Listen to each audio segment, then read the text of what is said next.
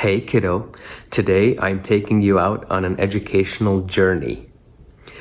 This educational journey is about my career as a student, which started in Kabul, Afghanistan, continued in Peshawar, Pakistan, and ended in Las Vegas, United States. It's cold outside, so wear something warm. You ready? Let's go. My career as a student starts in Kabul, Afghanistan. I attended school during the war. Russia had already invaded Afghanistan, and both countries were at war. I would walk to school and walk back home from school during the war. Unfortunately, I only attended first grade for about 6 months before immigrating to Pakistan.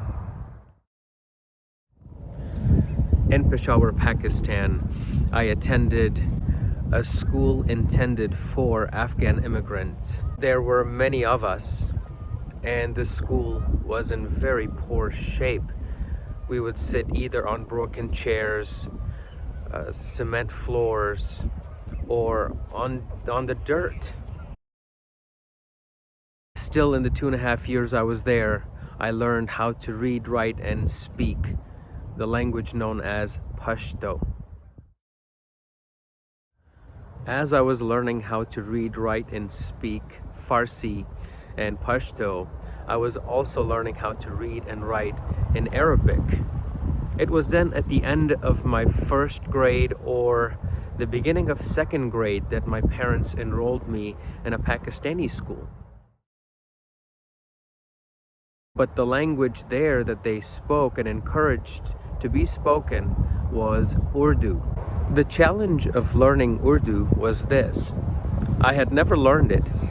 I had heard it. I didn't know how to write it.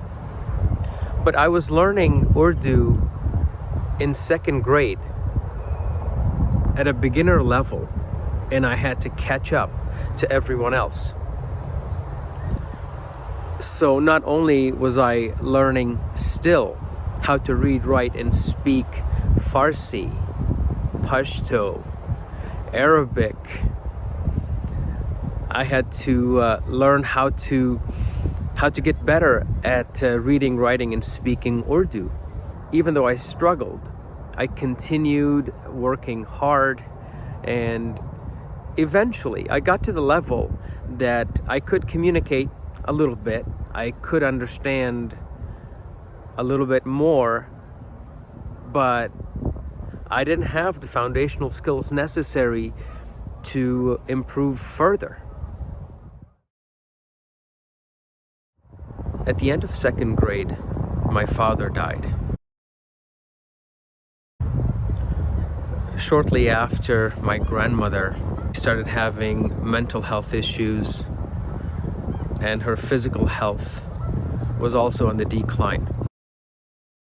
She died 2 years later. I was mourning the loss of my father. I was mourning the loss of my grandmother. And I was 9 years old. I had lost my country. I had lost my father. I had lost my grandmother. I was learning a fourth language in Pakistan. And our future was uncertain. It was either towards the middle or the end of 5th grade that we immigrated to Las Vegas, United States.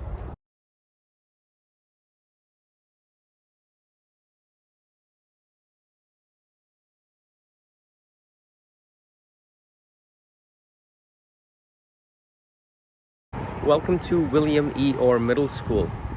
This is the very first school that I attended in the United States. I attended the school from January of 1991 until May of that year. I attended the ESL program, or the English as a Second Language program. However, English was my fifth language, and I was learning it for the first time and thoroughly from the very beginning. So I had a lot to catch up on. One of the resources that was available to me was the library. And until I attended William E. Orr Middle School, I had never been inside of a library. I had never seen a library. I didn't even know what it looked like. Well, I had access to hundreds of books and books on tape. Every day after the school bus dropped us off in this very parking lot, we would enter the front gate, and I would go straight to the library, find a book, sit and read it. And on Wednesdays when we had comic book day, they would sell comic books. Because I was interested in art and I had never seen comic books before, I would purchase one or two every week. And again, I would sit in the library and read it. This was very helpful in helping me to learn English. Now, as far as reading was concerned, I was becoming a very good reader. As far as writing was concerned, that was done in the classroom, of course. And for speaking, I attended the intramurals after school, and the intramural sport was soccer. Being in soccer helped me to communicate with my classmates, with my teammates, to strategize and speak to them on a daily basis. And this was done multiple times a week over the course of a few months. After 2 months, I was awarded as the student of the month, and I was invited to a luncheon which was catered by a restaurant chain called Subway. We were given sandwiches, chips and drinks and certificates. It was wonderful. It was a very good incentive for me to continue learning and to continue improving. And at the end of that school year, I was awarded. Days after the award ceremony, I sat with the counselor, and she advised me to attend the regular classes because there was no more need for me to be in the ESL program. I am so happy to be back at this school where I learned how to speak, read, and write in English. And it would not have been possible without the wonderful teachers who were there for me every step of the way. Early in my education career, when I became a substitute teacher, I came back to this school and I was a substitute teacher for a day. It was my way of saying thank you for helping me to become the person I am today, and I appreciate everything. During the summer of that year, Clark County Library offered incentives to promote reading. And for hours every week, I would go to the library and read books. At the end of that summer, not only did my reading skills improve, I also received a certificate and a medal in a ceremony. This was very helpful because I was going into the 7th grade to a new school and attending regular English classes. After summer, I attended a new school, and I attended the school with confidence, knowing that I would be in regular classes and that I would do very well. This is K.O. Knudsen and J.C. Park. I attended this school during my 7th and 8th grade. This school offered something very unique. They called it electives. Every 9 weeks, students would rotate around the electives. My very first elective class was library skills, where I learned how to search for books, put the books back, and everything involved with the library. After that, I had 9 weeks of Spanish, 9 weeks of art, and 9 weeks of home economics. And home ec, or home economics, was a class where we learned how to sew, how to cook, how to make desserts, which was very helpful in teaching us how to survive outside of the school. But this school also came with the challenges that I wasn't ready for, that I thought I was ready for, which was English and math. Though my English and math skills were good enough to take me through the 6th grade, but in 7th grade, I stumbled quite a bit because my linguistic skills and mathematical skills were not up to par. My grades dwindled a little bit, but I was able to maintain a C-, C+ average.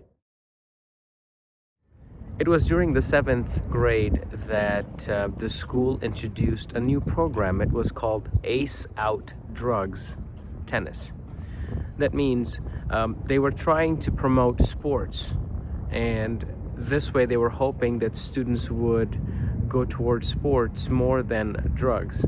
I was one of the first students who joined the team. One of the most valuable lessons that I learned in this school was on this tennis court. I remember in the beginning when I learned how to serve the ball. I was on that side on this very court, and I served the ball so well that I did what anyone would do. I just admired how good that serve was. Unfortunately, the student on this side returned the ball a lot faster, and I was just standing there. Our tennis teacher came to me and she said, "You were too busy admiring your serve." And I learned a very valuable lesson that day. No matter how good I am, I can always be better. Because of her and her lesson, I learned that I need to get better. I need to be better. That however good I think I am, I'm not good enough yet. Well, I worked very hard in my classes, and I was the very first student in science to become the student of the month. Well, I was a very good student in all of my classes. In English and in math, I did not do very well. I did maintain a B-, C+ average until the end of the year. Because my grades were low in English class, I was asked to go back to the ESL program for the 8th grade. As soon as I went back to the ESL program in the 8th grade, I asked the teacher, "What do I need to do to go back to my regular English class?"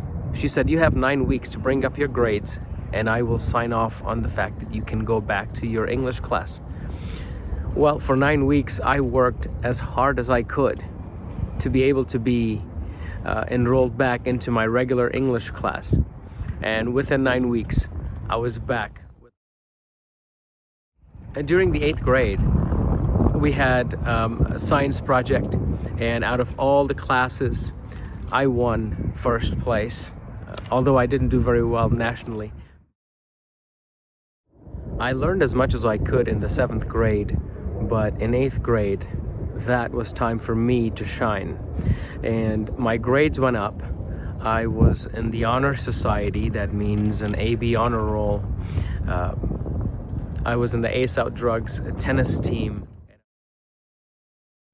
After 9 weeks of taking Spanish class and excelling in Spanish, I decided that I was not going to learn any more languages. Partly because I had learned as many as I could in a very short time, and I was burnt out of learning languages. However, I also had other responsibilities, such as the Ace Out Drugs tennis team. I was in the honor society, the AB honor roll. I was doing very well in my classes. I was reading multiple books a week, so I was getting ready for high school. Years later, after I graduated high school and attended college, I came back to this school and did my student teaching with the teacher who was my 8th grade English teacher. And years after that, when I graduated from college, I returned to this school and became a substitute for multiple classes It was wonderful to come back to the school that taught me so much about leadership, about hard work, and about life. I just wanted to give back and say thank you very much for helping me with my goals and my dreams, and thank you for still being there for me as a student teacher. So I gave back to this school in the only way that I could, and it was to be a substitute teacher for a little while. It was after I left this school that K-8 became a magnet school.